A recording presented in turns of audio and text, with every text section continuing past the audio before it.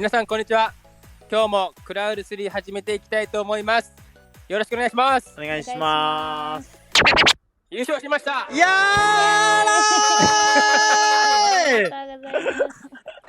ーいやー優勝しましたね。優勝しました優勝しましたね。おめでとうございます。ありがとうございます。人生初優勝じゃない。そう、プロになってから初めて優勝。すごいね。そして前回の収録で、俺が優勝させると言ったんですけど、ゴールを決めて勝つことができました。イエーイまあ俺が勝たせたっていうのはちょっと、話ちょっと盛りすぎてる部分もあるけど、まあゴールを決めチームの勝利のために貢献したいって言ってたのはまあできた。いやもう有言実行でしょそれは。まあまあ今回はそうっすね。そうだよね。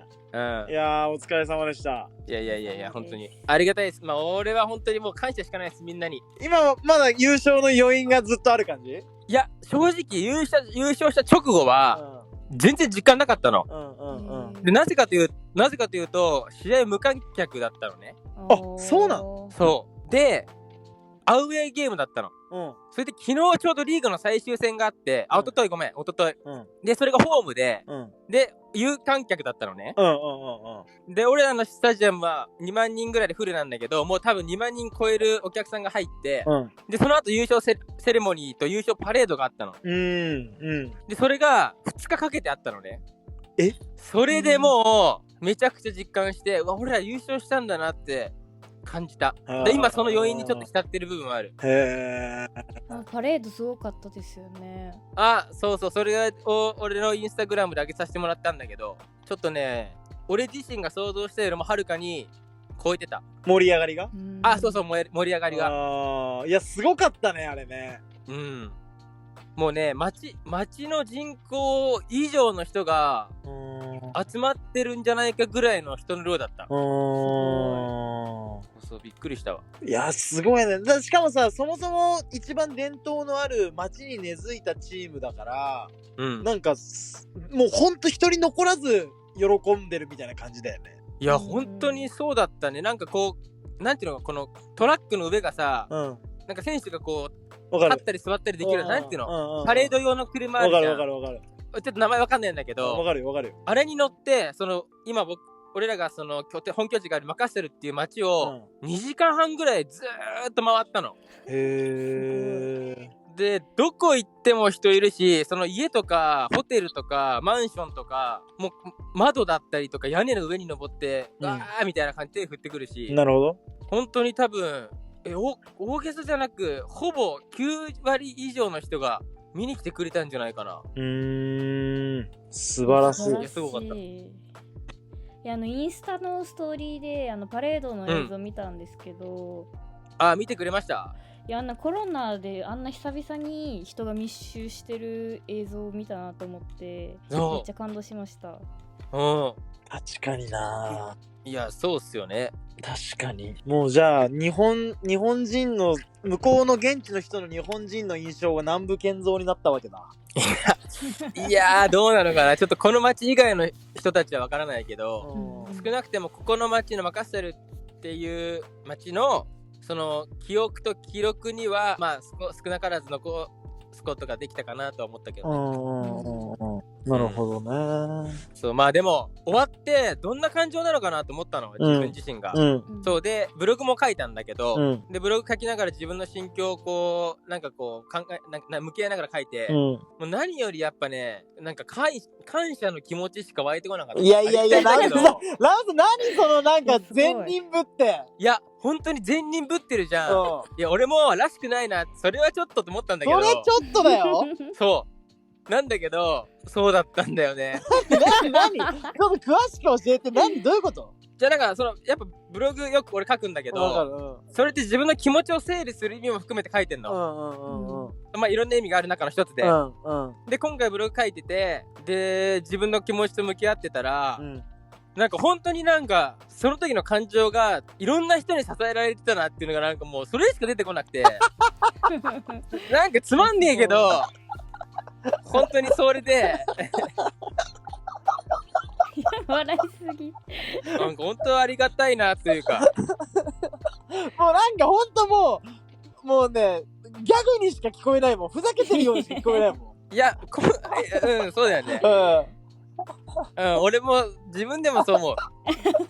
南部のありがとうっていう言葉にやっと慣れてきたのにさ、ねえ、次感謝とか言い出すんだもん。まああとはそれと同時に、自分自身に対しては本当よく耐えたなって思って、本当によくシーズンを乗り越えたなっていう言葉は自分自身にかけてあげたい。今。まあこれはちょっと詳しくはブログに書いたんだけど、なんか本当にいろんなことがあったから、そう優勝したから、まあ結果良ければ全てよしじゃないけど、うまくこうね、いい終わり方できたけど、それまでのプロセスが本当になんか俺の中ではかなり大変なシーズンだったから、まあそういう意味を含めて本当によく耐えたなって、よくシーズン乗り越えたなっていうのが、自分自身に対してはまず一番最初に思ったね。なんかちなみに優勝した時とかって涙って出てきたんですか？もう皆無それは。そりゃそうでしょうね。嘘でしょ。感情ないから。よかった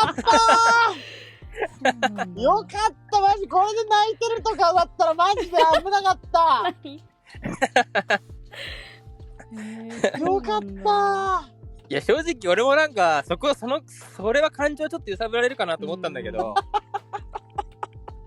なんかね、涙というその俺のね感情を揺すぶるなんていうのそこにはもう1ミリもかすらなかった。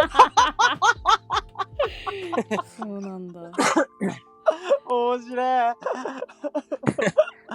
一番最初にというか感情としてはやったーなのか、うわーやったーって達成感なのか、なんか、まあ、それこそ感謝なのかで言うとどれがこう最初グーッと最初に来たの？なんだろうな、正直本当にいつも通りの試合が終わったって感じ。まあもちろんみんな喜んでたけど、まだ2試合残ってたのかな。そうで自分の目標がまだ最低でも得点10点っていう目標があったから、それでその得点取った時9点だったの。だから自分の目標はまだあるし、あとチームとして残り2試合を、その優勝した後にどういう風に向き合うかってめっちゃ大事だと思ったから、そこで終わっちゃうのか、それともそのラスト2試合をしっかり勝って終わるのかで、自分に対してもそうだしチームもそうだけど、かなり今後に関わってくるかなと思ったの、いろんな意味で。そうだからどっちかっていうと優勝が決まった直後は、いつものリーグ戦の1試合が終わった感覚。なるほど。そこはなんかプロフェッショナルだな。そうだったな。そうまあもう少しこう感情爆発するのかなと思ったけど、すごい感情は冷静なまま一応みんな喜んでるし、やっぱそういう喜ぶその姿っていうのは俺だけ冷めてもしょうがないから、一応こうみんなの輪になって喜んだけど、一応って心はめちゃくちゃ冷静みたいな。一応ってそんな感じでした。素晴らしい。それで2部だったわけじゃん。俺ら1部だよ。1部か。じゃあもう普通にトップオのトップだ。そうトップのトップだった。すげえな。そうすごいっていうかなんか面白い経歴になったよね。すごい面白い。そう日本ではもう全然目を咲かせずに、うまくいかなかったけど、海外タイに行って、タイでもなかなかうまくいかなかったけど、去年少し結果が出て、で本当になんか偶然というか奇跡のようにインドネシアのこのクラブに来れて、で1年目で、優勝で、で去年の優勝チームと今年の俺らと、6月に多分その試合があるのね。でそれに勝てばそのアジアチャンピオンズリーグっていうアジアのその J リーグでいうとトップ3、J1 のトップ3が出て、各国のトップ1、2、3ぐらいが出る、ヨーロッパチャンピオンズリーグっていうのはアジア版があるんだけど、それのプレーオフに出れるの。そうなんだ。そうでそのプレーオフで多分上位何チームかに入るとそのアジアチャンピオンズリーグってやつに出れるんだけど、なんかまあどうなるか分かんないけど、もし仮にそういうの出れたらさ、面白い。本当に今なかなかうまくいかずに苦しんでる人たちのさ、なんだろうこう夢じゃないけどこう希望を与えられる存在にはなるじゃん。まあアジアの可能性みたいなね。そう。だからまあそういう道筋を作るためにも、まああと2歩ぐらいはちょっと頑張って、なるほど。そう結果につなぎたいなと思うけど。ちなみにさ、リーグが始まる時には前評判ってどうだったの？俺がここのチームに来た時は、周りから言われたのは、まあ10位から12位ぐらいのチームじゃないみたいな。って言われた。で、去年は降格争いで、あと1個負けてたら降格だったの。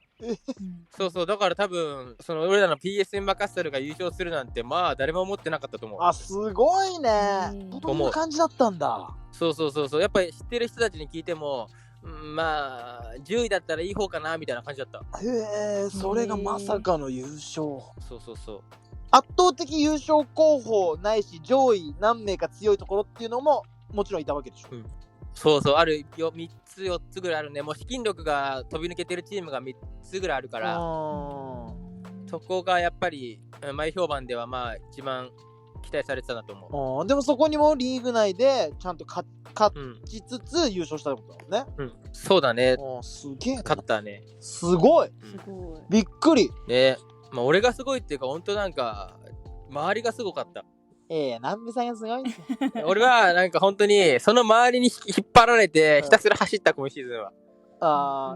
まあ正直なんで優勝できたかっていうと、要因に俺がこんだけ走ったからっていうのはあると思う、正直。ボランチのポジションで。そう割り切って自分がやらなきゃいけないことはもう走ることと戦うことと、なおかつ少ないチャンスで結果につなげることだったから、もうそれをひたすら我慢してやらなきゃいけないことをやって、でそれ以上の結果を求めた結果、そのチームの力になれたっていうのは、まあ、いろんな優勝の要因がある中の一つだと思うから。いいね。いろんな優勝の要因の中で上げるとしたら何が上がるの？何個か上げる。これちょっとそれ自分自身チームに対して。チームもちろんチーム。いや、それ前回でも話したけど、やっぱり一人一人が本当に走った。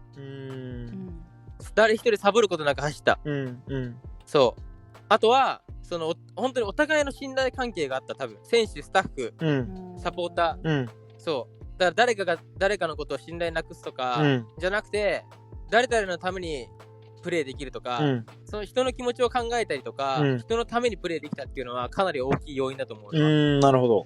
でそういうのって上手い下手以上に大切なことだと思う。いや、それ本当そうだと思うわ。そう、11人上手い人がスーパースターがいて、勝てるわけじゃないし、11人全員が全員気持ちをなんかこう人の気持ちを考える優しい人がいるからって勝てるわけじゃないし、しっかり我がある人たちとしっかり相手の気持ちを考えて人のために走ってる人たちがうまくマッチして初めて勝てるようになると思うから、それはそう。それがうまく全体がうまくマッチした結果だと思う。すごい。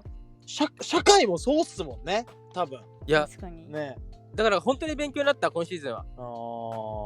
だから俺はサッカー選手としてサッカーの現場にいるけど、これが社会の現場だったらって考えたりとか、じゃあ自分が会社のトップに立った時にどういうマネジメントをしなきゃいけないのかとか、なんかそういうところのなんかすごいヒントにもつながった気がする。そうだね。講演会をさ、今後やる上で一つかなりいいトピックになりそうだよね。そうだからそういう意味でも本当にただ優勝できた場合っていうよりも、なんか本当いろんな学びがあったから、そういう意味での喜びの方が大きいかも。なるほど。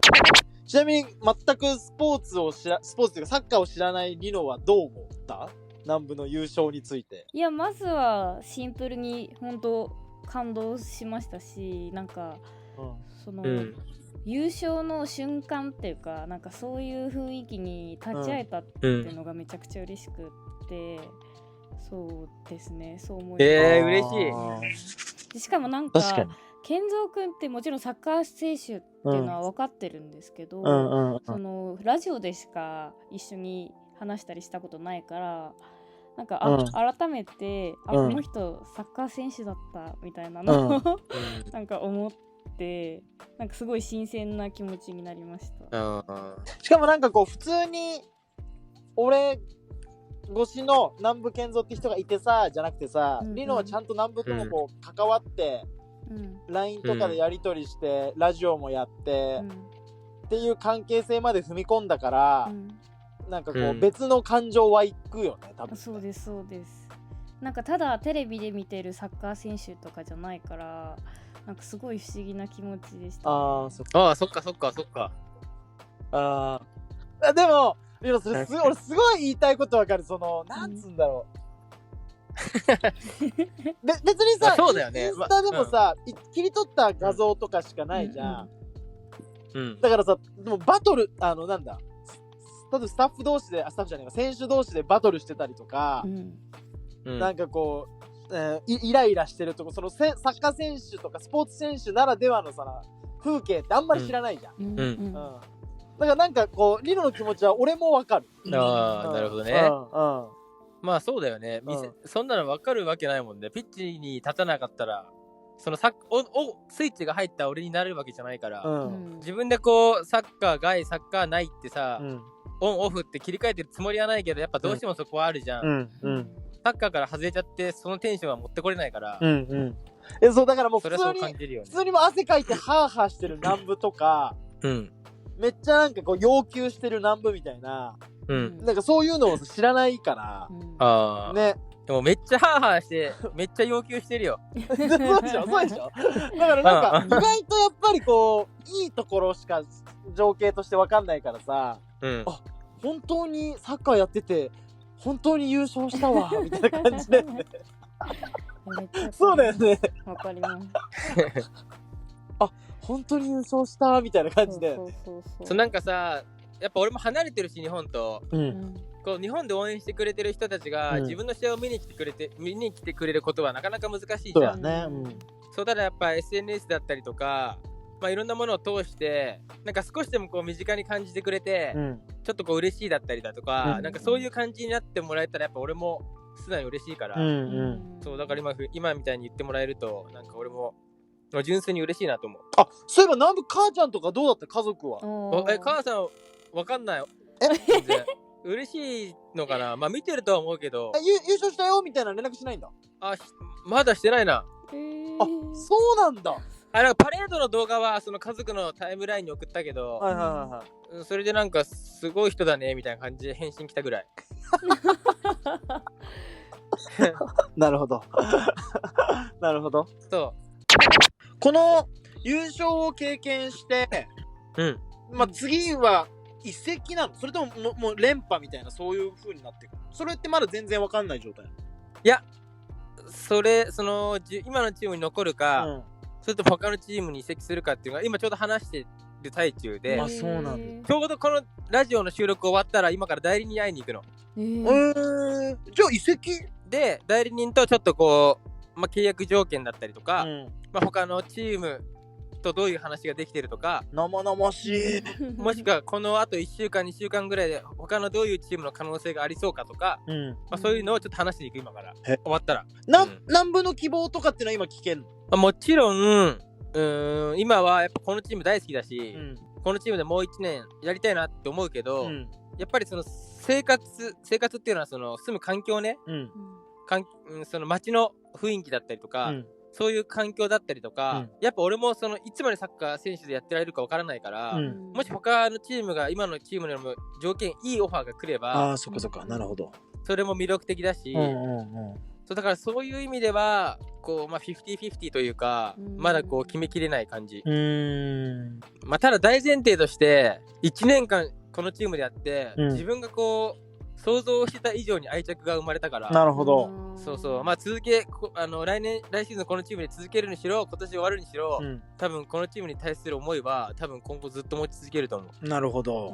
まあじゃあ何が起こるかわからないっていう状態なんだよね。そう。だからちょっと今後のその収録、ラジオの収録では、ちょっと契約のその状況についても話したらいけたら面白いかなと思って。いや、それめっちゃおもろいと思う。なるほど。じゃあそこら辺が決まってくるとなんかまたいろいろなテーマというか、次の話題がいっぱい出てきそうだね。そうそう。あとやっぱ今代理人いるけど、基本的に今インドネシアにも、ね、お世話になってる代理人がいて、日本にもお世話になってる代理人がいるんだけど、やっぱり自分の将来のことも考えて基本的に契約交渉は自分でしたいと思ってるの。そうやっぱ交渉術ってあるし、今後絶対自分に必要なスキルだと思うから、でその交渉でいろんな失敗めちゃくちゃしてきて、自分が大切にしてることとかもあるのね。そうだからそういうのもちょっと話していきたいなと思ったから。なるほど。一旦優勝して休暇そう、今日からね。今日から休暇。一回休みで。一回ってどれぐらい休む？それが、次どこのチームに所属するかによっても違うし、そう、このチームにいると、さっき言ったアジアチャンピオンズリーグってやつのプレーオフのかけた試合があるから、そう、多分他のチームよりも早く始動しなきゃいけないし、なるほど。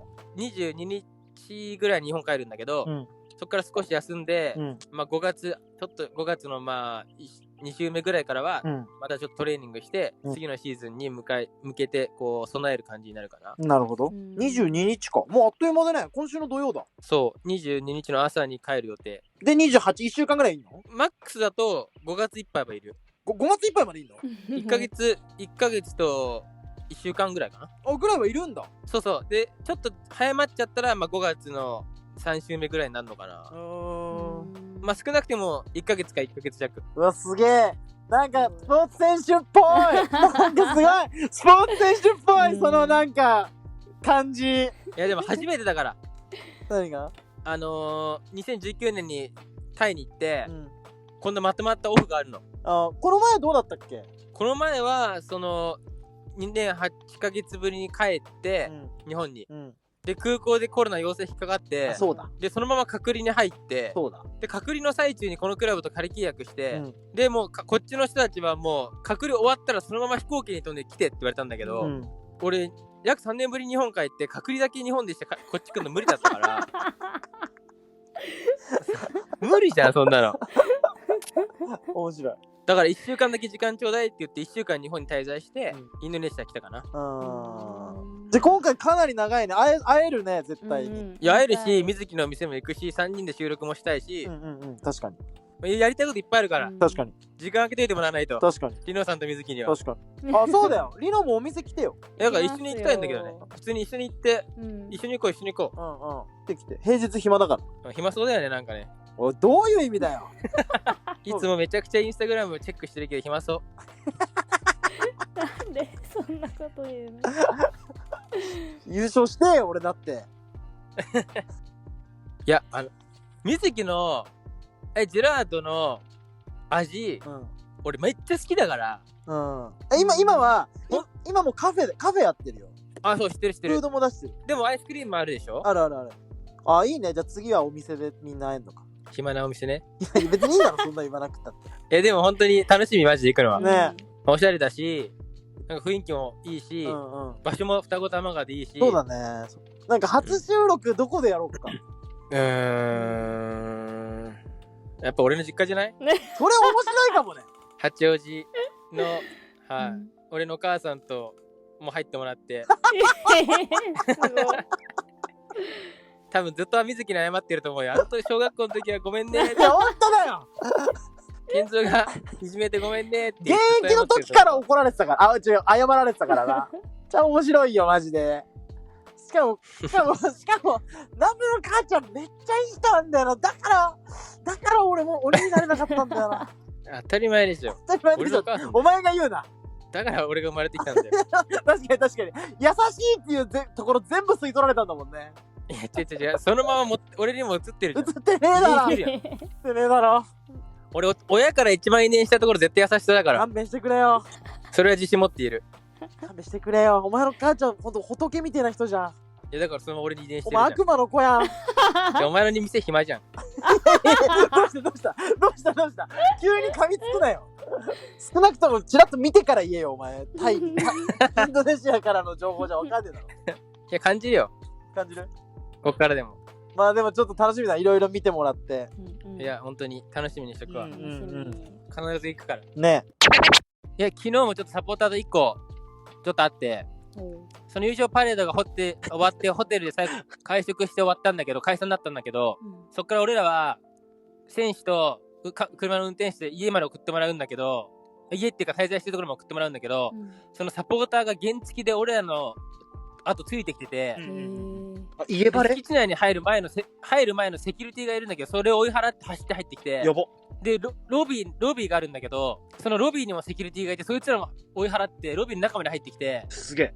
で、写真撮ってみたいな感じで、いきなりガン肩組んできて、で俺が追い払おうとしたら掴んできたの。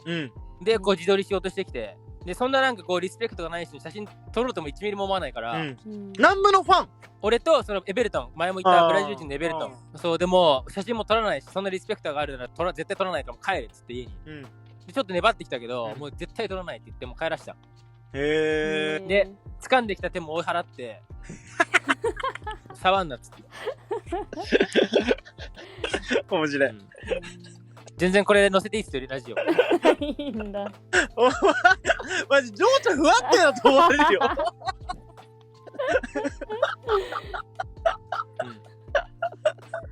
ちゃんとしたサポーターにはちゃんとするけど、やっぱ人と人だから、相手がリスペクトかけてたら、そういう対応してくる人にわーいいよいいよって言ってたらもうしょうがないから、そういう人にはそういう人たちにちゃんと対応しないと。面白い。そうめっちゃ面白い。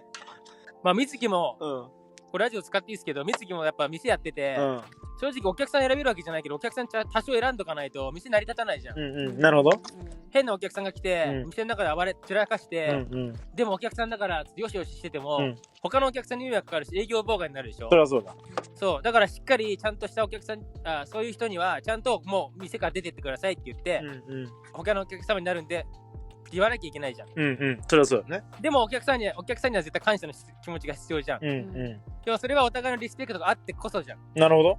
そうだからそれは多分お店も企業も俺一人に対してもそうだけど一緒だと思う。いいね。いいのいいとかあんのいい。僕のわかんない、もうわかんなくなってる今俺南部のことがどういう人なのか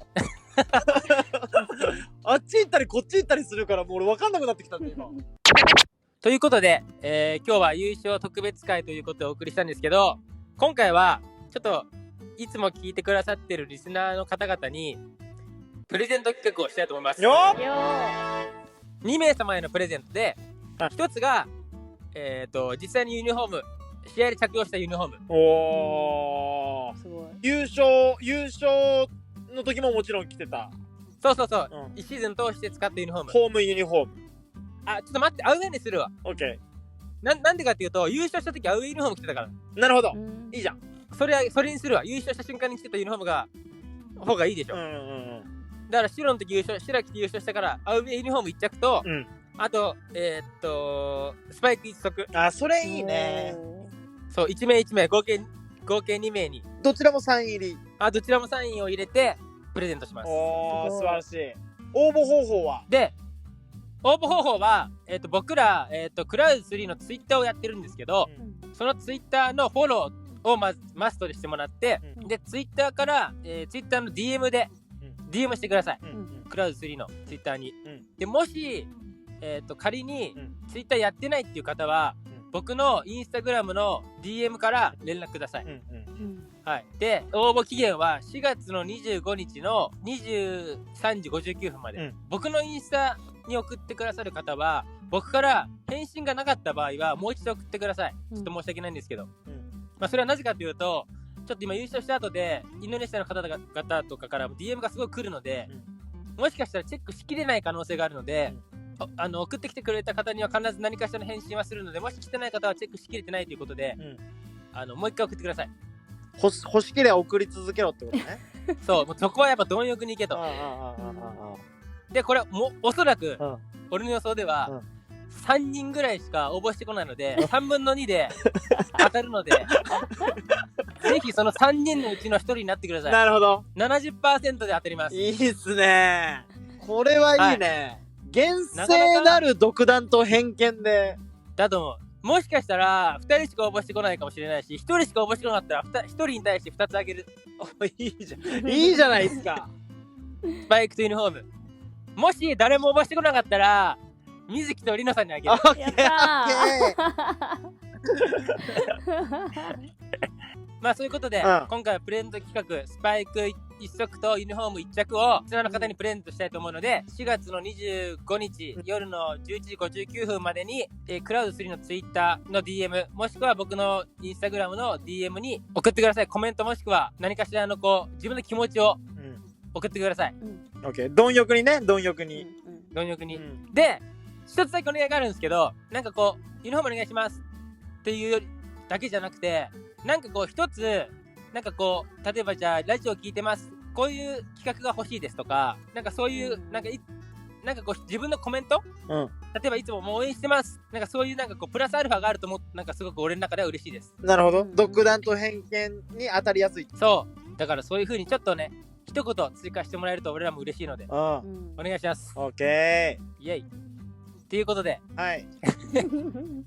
イエイとかめっちゃキモかったけど、優勝すると人変わるんだな。